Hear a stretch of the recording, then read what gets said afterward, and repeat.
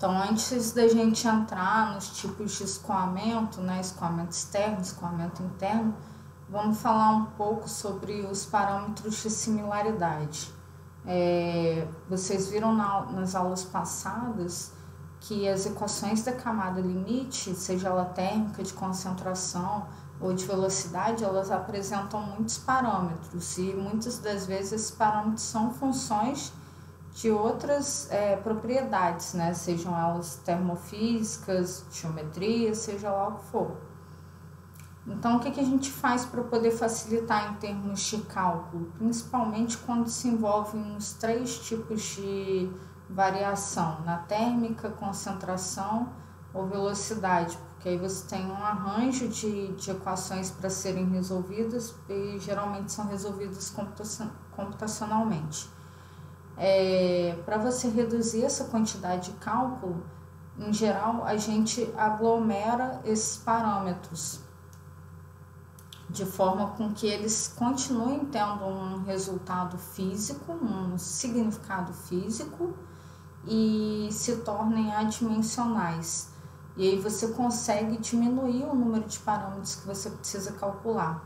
Então, por exemplo, em termos de geometria, né? Se a gente tratar de uma placa aqui, suponha que você tem uma placa que esteja resfriada, nesse caso, e passando um fluido quente, que haja também uma outra substância A qualquer aqui, que entre um Ca infinito, um T infinito, a temperatura dessa placa um TS, e haja um valor de concentração de A aqui na superfície, né?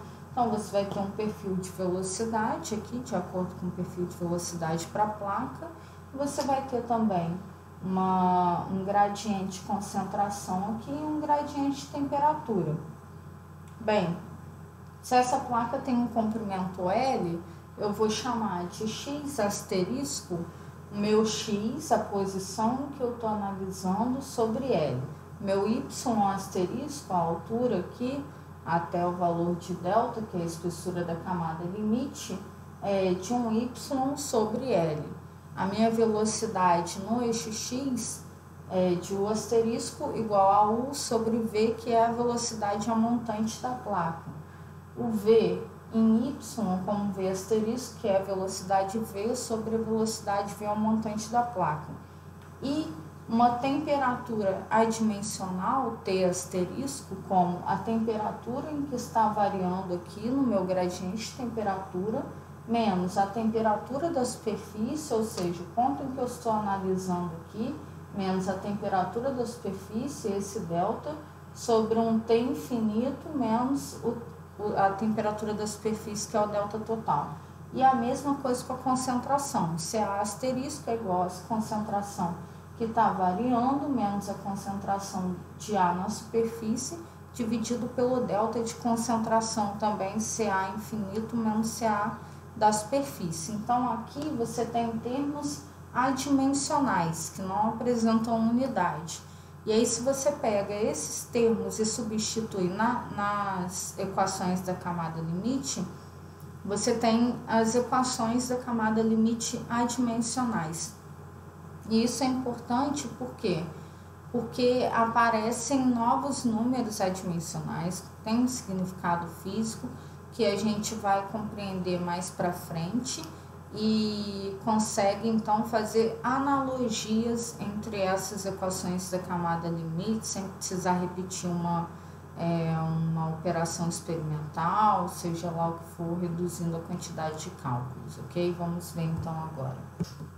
Então, isolando, né, os parâmetros que estavam como não adimensionalizados, por exemplo, o T, que é o variante, e substituindo na equação da camada limite térmica, em função de T asterisco e depois fazendo a derivada, assim, a gente vai ver que o T infinito é constante e o TS também é constante, que ele vai sumir. Então, depois vocês tentem deduzir essas equações em casa. Não é difícil. E aí você vai ver que se vocês isolarem cada adimensional daquela e substituir nas equações da camada limite, então você tem as novas equações da camada limite adimensionalizadas. A da velocidade, por exemplo, vai ficar 1 asterisco d-rom u asterisco d-rom x asterisco mais v asterisco d-rom u d-rom y asterisco menos o gradiente de pressão também é dimensionalizado, P asterisco em relação a x, onde esse P é a pressão na corrente livre dividido pela massa específica vezes a velocidade ao montante ao quadrado, e aí aparece aqui com o rearranjo dos parâmetros o Reynolds, 1 sobre Reynolds subíndice L, para dizer que é da placa toda, né, da placa de comprimento L, d-rom ao quadrado de u asterisco d-rom y asterisco ao quadrado. Então, Reynolds é um número adimensional com significado físico, que eu já havia explicado na aula anterior, onde essa razão, o numerador e o denominador, tem significados físicos e não tem uma unidade, ou seja, é um número adimensional, né, que significa as forças de inércia sobre as forças viscosas, e aí você vai saber que tipo de força que vai prevalecer nesse escoamento, determinar o regime, se vai ser regime turbulento ou regime laminar. Fazendo a mesma coisa para a equação térmica, você aparece também aqui nessa parte à direita com um novo número adimensional, que é chamado de Prandtl, esse PR aqui, Prandtl, que é a viscosidade cinemática sobre a difusividade térmica. Então, qual que é o significado físico desse número? Ele significa que é a razão entre a difusividade de momento e a difusividade térmica. Ou seja, quem está prevalecendo naquele fenômeno físico? A difusão de momento, de velocidade, ou a difusividade térmica? Qual tipo de equação que está comandando ali, né? E na conservação, também fazendo as mesmas substituições, você aparece com um novo número adimensional aqui, multiplicado pelo número de Reynolds, que é o Schmidt, esse SC aqui. Schmidt, ele é a viscosidade cinemática sobre a difusividade, coeficiente de difusão mássico entre A e B. Ou seja, também está analisando quem que vai prevalecer, a difusividade de momento ou a difusividade de concentração de uma espécie em outra. E aí você vai analisar qual que é a sua equação limitante, né? Se é de conservação, de concentração, ou se é a de momento. Bem, o que é relevante vocês entenderem com isso? Por exemplo, a sua velocidade, asterisco, que era a sua velocidade anterior, né, U, que era uma função de vários parâmetros, x, y, as propriedades termofísicas, ρ, viscosidade dinâmica, velocidade, você consegue reduzir essa quantidade de parâmetros, deixando com que a sua velocidade seja apenas função de 4 parâmetros aqui no caso. X asterisco, Y asterisco, Reynolds e gradiente de pressão, ok? Então, essa é a vantagem dos números adimensionais, é a redução de cálculos e quantidade de parâmetros. Com isso, você consegue também adimensionalizar outros conceitos, né? Como, por exemplo, coeficiente de arrasto e o próprio coeficiente convectivo de transferência de calor.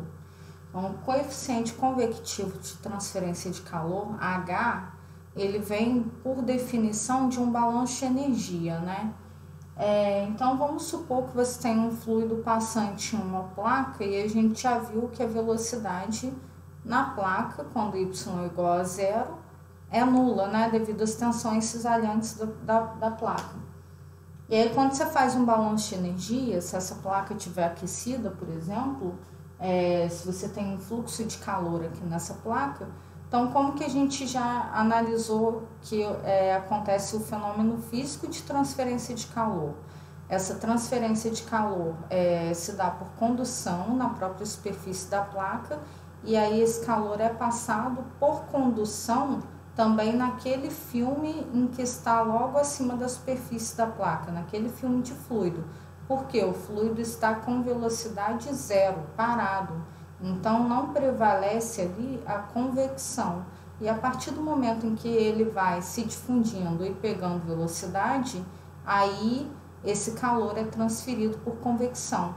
Então, em regime permanente, o fluxo de calor por condução é passado desse filme de fluido para as próximas lâminas, né, as próximas moléculas de fluido, por convecção. Então, o balanço de energia ficaria como?